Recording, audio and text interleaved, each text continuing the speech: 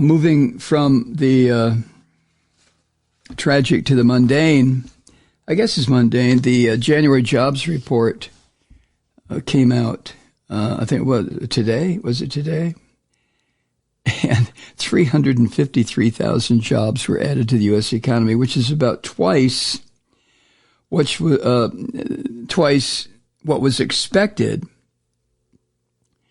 and added further evidence to the fact that this economy is going just fine. Oh, I know, the price of eggs is just a mindfuck, right? Oh, let's all focus on the price of eggs. Yeah! That's what the Republicans want you to do, the Christian fascists. But the truth is, the economy is doing quite well, thank you. It could become inflationary again. It's doing so good. And that's one of the reasons that Jerome Powell, the chairman of the Fed, decided not to lower interest rates the other day. Unemployment rate remained at 3.7%. And during the pandemic, this is kind of an interesting fact. During the pandemic, we lost about 15% of the nation's jobs. And the fact that the labor market has endured the way it has and improved for 3 years since then has surprised economists for sure. The expectation was that because the Fed kept raising interest rates that unemployment would taper off or slow down. Hasn't happened. And Sarah Rutledge, an independent economics consultant, looked at all these numbers and said, quote, there's layoffs happening, but workers are able to find new positions.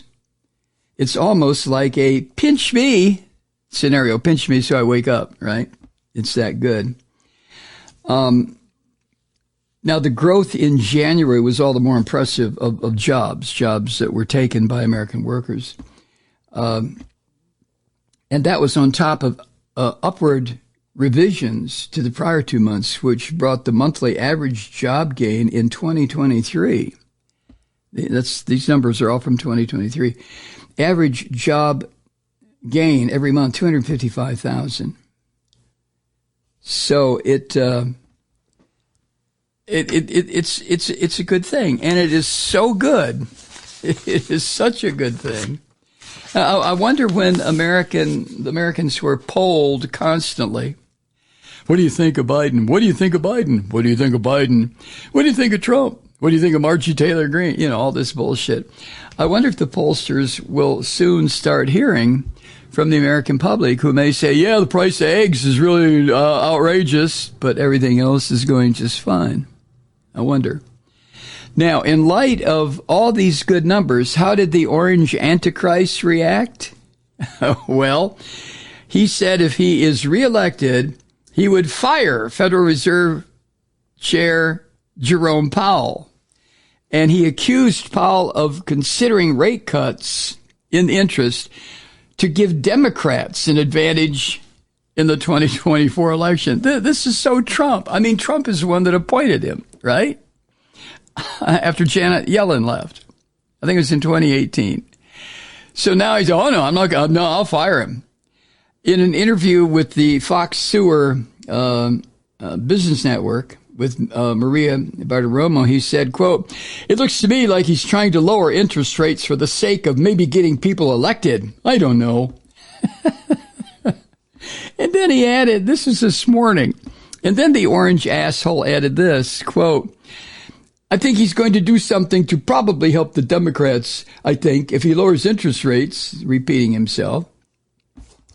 And he added to Maria Bartiromo that he has, quote, a couple of choices for the next Fed chair if he's elected. But, of course, he declined to name them because he doesn't have shit. I mean, he doesn't have any of this. Oh, I have a couple of choices. No, you don't, you lying fuck. Anyway, Chairman Powell reiterated Wednesday that the Fed is considering rate cuts to bring rates down from these multi-decade highs that had to be put in place, I guess, if we're in a capitalist system, to fight inflation. So, okay, because when interest rates goes up, of course, spending comes down, hiring comes down, everything comes down, wages drop, food prices are supposed to drop, which is to put a curb on an inflated U.S. dollar. And Powell all but ruled out rate cuts in March. He suggested they may begin later this year. But wait. The Orange Antichrist said that you're going to cut the rates just to benefit the Democrats. You mean the Orange Antichrist is a fucking liar? Could that be it? Chairman Powell? Well, my goodness. And the orange bastard couldn't contain himself. He never can. He went on with his interview on the Fox Business Tour to accuse Chairman Powell of being political. And that adds to years of verbal attacks since Trump nominated him for Fed chair back in 2017. Powell was reappointed by Biden in 2021. Now, truth is, the Fed chair can't be fired, but the president is responsible for nominating a candidate every 4 years for Congress's approval. But, Trump doesn't know any of that shit. He doesn't know a thing about it. I'm going to fire him. I'll replace you. I'll fire them all. I'm the revenge president. I'm doing it for you. After he was appointed, Powell was appointed by the orange bastard, Trump got his bloomers in a wad almost immediately. And he accused Powell back then of hiking interest rates to harm the economy. Bullshit. Hiking interest rates, if Trump could possibly be honest, which he can't, but raising interest rates put the squeeze on the class that Trump likes to consider himself in, the multi-billionaires and so on and so forth. Because with interest rates going high, it means money was more expensive. And if there's one thing that the millionaires and billionaires will not do is operate with their own money. They'll operate with your money or my money, but if they can't get their hands on it because of high interest rates, then the economy starts to falter. So what Trump was saying was to Chairman Powell, okay, you raised the rates, you son of a bitch. You were going to save the economy. Fuck the economy. What about my friends? Oh, Jesus Christ. Now, the Fed, the charter for the Federal Reserve, a lot of people think the Federal Reserve is a joke. I am not an economics person at all or a financial person at all. I've heard the arguments that the Fed, the National Bank, whatever you want to call it, has too much power. What do I know? But it has a charter, the Fed does. And well, who is the first Federal Reserve chairman? Was it Ben Franklin? I don't know. It goes back a long time. Anyway, the charter says it's an apolitical, independent organization. And since it is, Chairman Powell ignored Trump's bullshit. And during the Orange Bastard's presidency, Chairman Powell avoided constant questions at news conferences about the Orange Bastard's tweets that were going after Powell. But Powell continued to insist the Fed was focused exclusively on the mandate, which is two-pronged, that the Fed has, to improve job growth and keep inflation lower. So the way I look at it from my totally ignorant point of view where it concerns these issues, it looks to me that Chairman Jerome Powell has done one hell of a good job.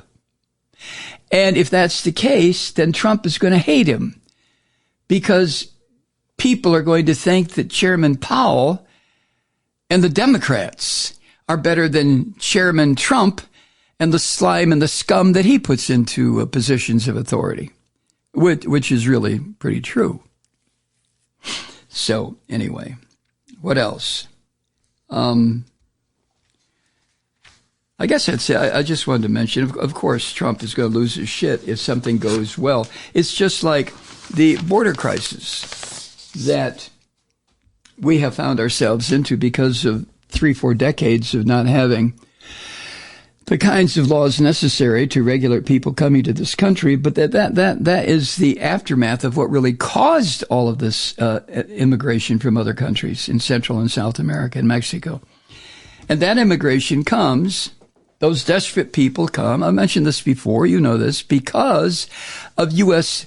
foreign policy where it concerned Central America, where it concerned Mexico, where it concerned South America. We have acted like just bullying son of a bitches to our brothers and sisters in the so-called Western Hemisphere. We have since the late 1800s. I mean, we have overthrown governments in Central America. We have caused destabilization in Mexico. We have had elected leaders in South America executed, shot, overthrown. Jesus Christ. So now we have this huge influx of immigrants coming to this country from the South because of our policies over the past 125 years. We're concerned south of our border, all the countries south of our border. We didn't give a fuck. The fruit company, United Fruit Company, they wanted more land to plant their banana trees. Well, they just conspired with the fascists in the country and the Catholic leadership and had people thrown off their land appropriated by American corporations, and by God, they grew more bananas. How about that? See how easy that was? And it is a fact, whether we like it or not, it is a fact that capitalism works best for the people at the top of the heap when it is paired with a dictatorship, with a military dictatorship. If there's one thing capitalism can't fucking stand, it's all the regulation that comes with democracy, that comes with representative government. Hi, Truth Seekers. Mike Malloy here. You know, the Progressive Voices Network brings you commercial-free commentary from today's leading progressive radio hosts and pundits, like me, Mike Malloy, 24 hours a day. I'm not your typical old guy from the 80s or the 90s talk radio host, and Progressive Voices is not your typical talk radio network. It's a listener-supported nonprofit with no corporate control whatsoever over our broadcast. So hosts like me, Mike Malloy, are free to rant and scream and carry on about whatever we like. We're often controversial, but we're never boring. Weeknights, 9 p.m. in the East, 6 p.m. in the West on the Progressive Voices Network. Always progressive, always on. I'm Mike Malloy. Keep it lit.